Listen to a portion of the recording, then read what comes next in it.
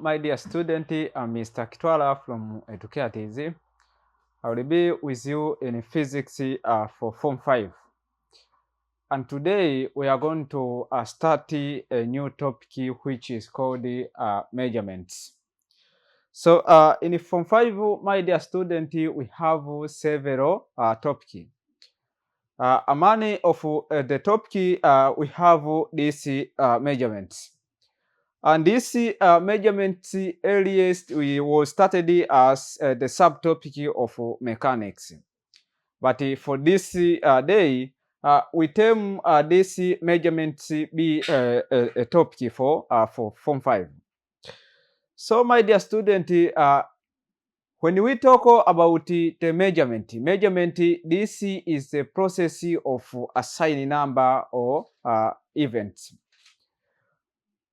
Any activity that involve measurements that need us to record the data, it takes place and the presence of measurements. Let us take an example, labda tunataka tuweze kuanzisha ujenzi, kwamba lazima tuweze kuchukua vipimo ambavyo vinahitajika sana sana kwenye nyumba. For all of that we term as the measurements. But my dear student, these measurements have two subtopics. Among of the subtopic of measurements, we have subtopic number 1, which is called the physical quantity. And also we have the errors.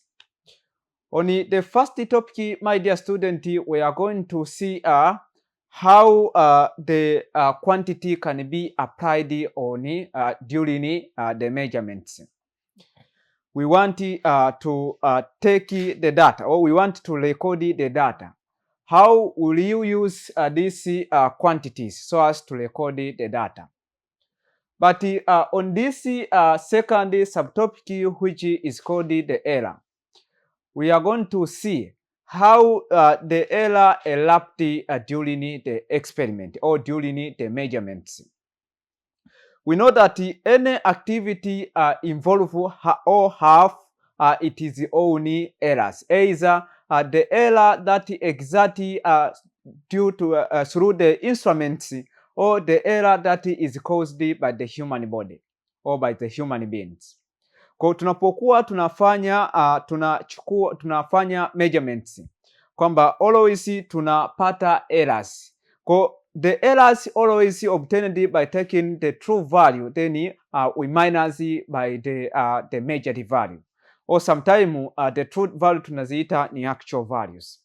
Kwa ili tuweze kutambua kwamba there is the errors, it means we are supposed to take the true value or the actual value, then we minus with the measured values, zile data ulizoweza kuzirekodi. So after getting the concept or overview of this topic, my dear student, let us start the first subtopic of the measurements, which is called the physical quantities. Let us go and see the definition of the physical quantity.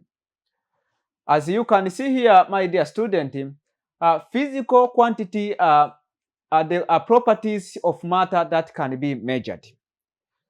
Any activity that involves the recording of the data, we call it as the physical quantities. The quantity of recording, or the quantity that involve the properties of matter and can be recorded, tunaita ni physical quantities. And this physical quantity, my dear student, there are so several physical quantities that can be measured. As you can see, kwamba hizi physical quantity, my dear student, may include the length, the mass. Kwamba to assume yourself we want to get your weight. Kwamba tunachokifanya we take the instrument that is used to record the weight. Baada hapo tutapima na kuweza kurekodi ile weight yako. The example of the quantities used in measurements, we have the length, we have the mass, we have the time, temperature, force, speed, and so on. These are examples of the physical quantities. That the instrument that is used to take the measurements may involve this lens. As we know that the lens, it is like the distance. If we want to record the distance between 2 points, hiyo tunaita ni lens. But my dear student, also we have the mass. Why mass we term as the physical quantities? This mass is called the physical quantity because it helps us to take the measurements. Aidha tunataka tuweze kupima kilo ya sukari. Tunachokifanya tunachukua instrument ambayo inakuwa inatumika kuweza kurekodi hiyo kilo ya sukari. Kwa tutaweka, baada hapo tutaangalia ipo kwenye ni kiasi gani, ni kilogramu kiasi gani. Aidha ni nusu au ni 2 kilogram. We will obtain it by using it is an instrument. The time, my dear student, as we know that you are at the school, that we measure the time. If either you want to know the time that you use to reach at the school, or the time that you use so as to turn back to at your home, go we record the time. Even at the period, the class periods, tunakuwa tunaona kwamba maybe ni conducted under the time, kwamba muda unapoisha wa mwalimu mmoja, kwamba kinachotokea pale, mwalimu wa kipindi kinachofuata atakuja pale atakwambia kwamba kipindi kimeisha, hiki ni kipindi chetu. Kwa how we can identify, how we can measure the time. Also the temperature. Temperature, my dear student, is an example of the measurements. Kwa nini tunasema temperature ni example of the measurements? Because this can vary. All of these examples of measurements, my dear student, can vary. Zina vary. It means kwamba zinakuwa zina change. Temperature ina uwezo wa kuincrease na ina uwezo wa kupungua. Also we have the speed, and finally we have the force. All of these are examples of the measurements, my dear student. So after there, let us go and see the types of the physical quantities. In physical quantity, my dear student, we have only 2 types. One of them is called the fundamental quantity, and the second is called the derived quantities. But when we talk about the fundamental quantity, my dear student, these are the quantities that cannot be derived from the other quantities. Zile quantity ambazo hatuwezi tukazipata kutoka kwenye quantity nyingine tunaziita ni fundamental quantities. And these are so many examples of the fundamental quantities, my dear student. As you can see here, for example, a fundamental quantity mass can be measured directly using the beam balance. This always we obtain directly from the instrument, my dear student. These are fundamental quantities. It cannot depend from the other quantity. Huwezi ukapata masi labda kutoka kwenye quantity nyingine. All of those quantity that cannot be obtained or derived from the other quantity tunazitem ni kama fundamental quantities. So let us go and see the examples of the fundamental quantities. We have several examples of the fundamental quantity, and it is units. As you can see here, we have the physical quantities, and also we have its own symbols. And also we have the SI unit and the symbols of that unit. So my dear student, one of the example of the physics of the fundamental quantity, we have the mass, but its symbol of mass is m, and it can be measured using the unit of the kilogram. Lakini the symbol of the unit of mass is called kg, kama tunavyo observe here. Also we have the length. Length is also a fundamental quantity because it can't be derived from the other quantity. its unit is always meter. Unit yake ni meter, lakini symbol of the length tunatumia L ndogo. But the meter, the symbol of the meter, we use M, which represent as the meter. Also, we have the time, my dear student. This time is also the fundamental quantities. And it is symbol, my dear student, we use T, the small t, which represent the time. But it is unit, we use the second, lakini symbol ya second tunatumia ni S. Also, my dear student, we have the temperature. Even the temperature is the fundamental quantities, but it is symbol we use the large T, lakini sauti yake ni Kelvin, ambayo symbol yake ni hiyo. Therefore, my dear student, I can conclude by saying that these are the physical quantities, and also this is the symbol of these physical quantities. But here at the second column, at the third column, represent the unit of this law of the physical quantities. But the fourth column, my dear student, represent the symbol of the unit of the physical quantities. So after there, let us go and see another types of the fundamental quantities. Another types of the physical quantities. As I told you that we have only two types of the physical quantities. So at the final types of the physical quantity is the derived physical quantities.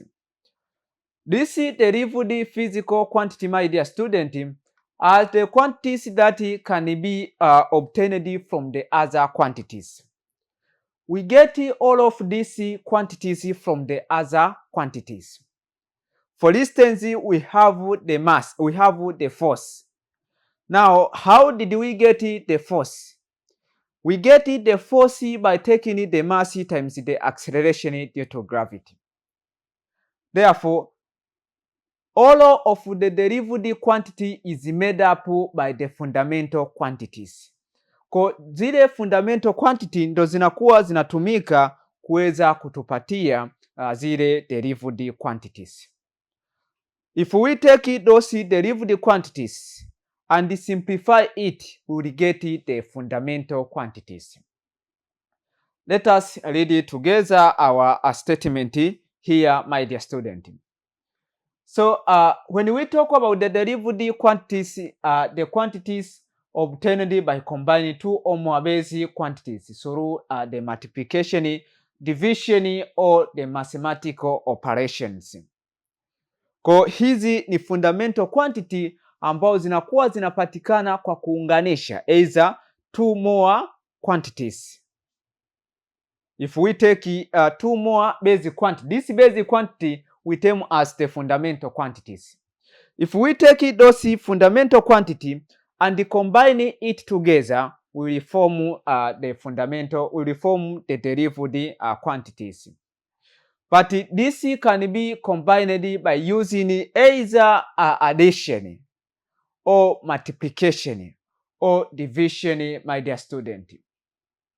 Or you can use the other mathematical operations. This mathematical operation, my dear student, we learned in mathematics.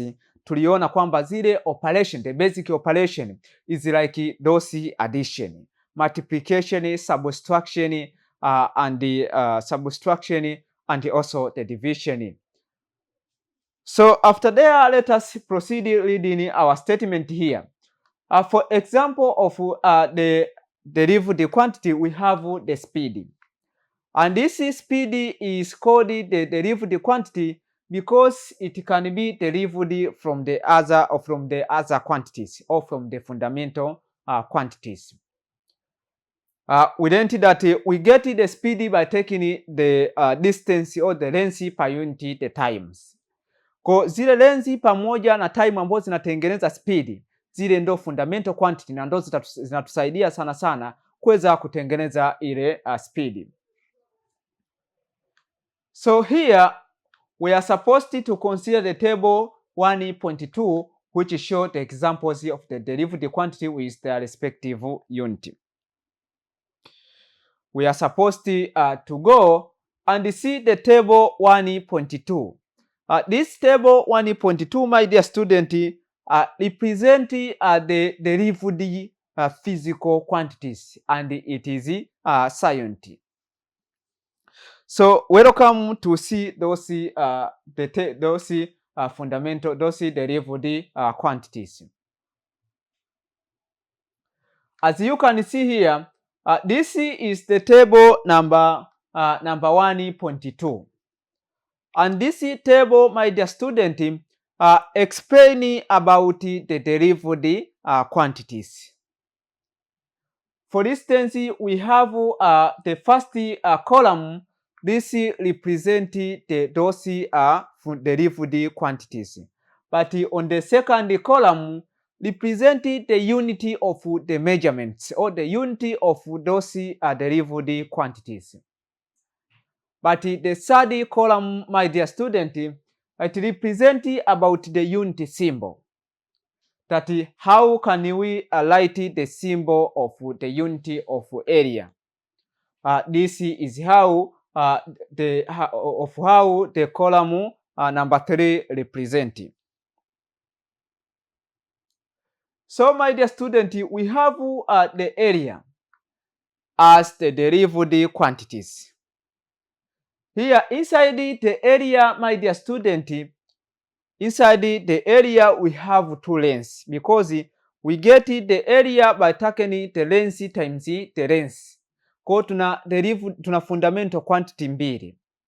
But the unity of those derived quantity, my dear student, is called the meter, the square meter.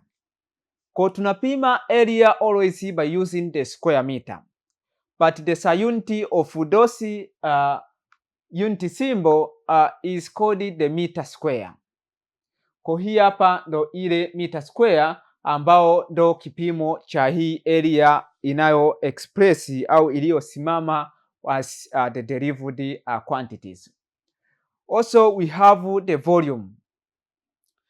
This volume is also the derived quantity because it can be derived from the other quantity, or we obtain the volume from the other physical quantity, or from the other fundamental quantity.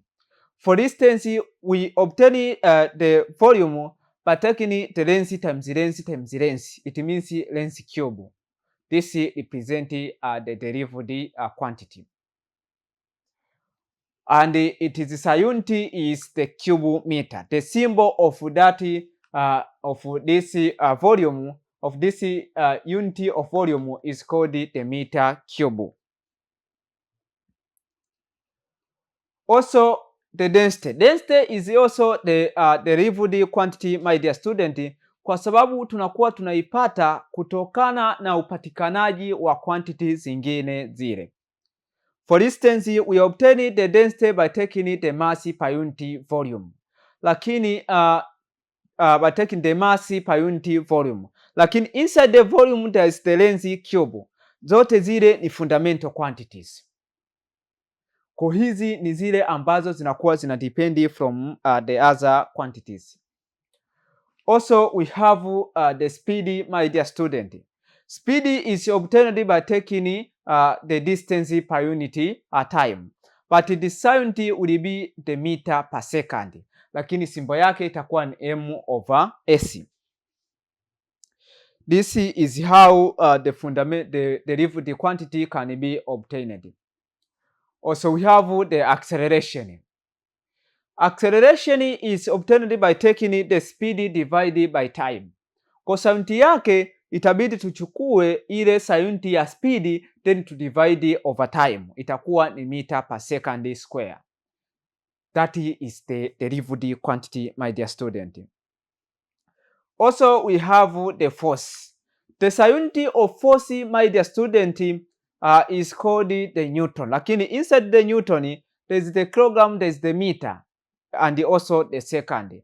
Kwa sababu tunapata ile force kwa kuchukua ile masi times either by acceleration due to gravity or times or you can take the mass times the acceleration times the acceleration ambao ni A. Also we have the pressure. Pressure is obtained by taking the force per unit area. Now when we take this force per unit area and simplify it, we will get the fundamental quantities. And finally, we have the unit of this pressure is Newton per meter square. Or sometimes we can take it as the part, it means in Pascal. Those unit pressure, my dear student. Also, we have the potential difference. Potential difference is also the derived quantities because it can be obtained from the other quantities. For instance, the unit is volts, which is represented by the symbol V. So after looking this table which expresses about the derived quantity, my dear student, now we can conclude by saying that with the examples, we can conclude by saying that all of those we have learnt is about how the measurements can take place. How did the fundamental quantities and also the derived quantities can be obtained. So after that, my dear student, I'll conclude this session by giving you a task that you can answer this question. You can try to answer this question related with what we learned on this session. So our task said that with examples, give 4 differences between the fundamental quantities and the derived quantities. Now we are supposed to use the examples so as to differentiate between the fundamental quantities and also the derived quantities. You have to try to differentiate this to answer this question, my dear student, because you can't know